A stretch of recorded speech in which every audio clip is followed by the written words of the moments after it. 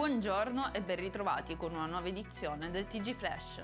Già la sciacca nell'Agrigentino, dove è stato trovato il cadavere di una giovane donna ancora non identificata. L'allarme è stato lanciato dai passanti che avrebbero comunicato che quest'ultima si trovava al centro della carreggiata e si presume che sia stata investita da un pirata della strada.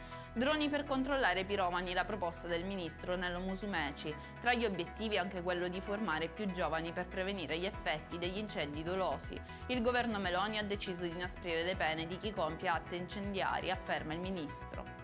Non avevano dichiarato che nel loro nucleo familiare vi fossero componenti con pregiudizi penali. Così a Palermo 74 percettori del reddito di cittadinanza sono stati denunciati.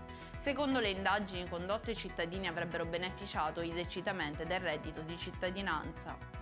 E ci spostiamo nel Catanese, dove è stato arrestato un 39enne accusato di detenzione di sostanze stupefacenti ai fini di spaccio.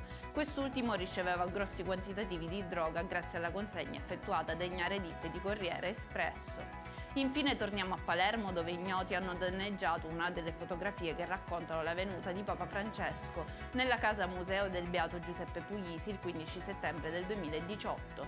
Il Consiglio Comunale aveva annunciato l'aumento del numero delle telecamere per evitare il verificarsi di atti vandalici.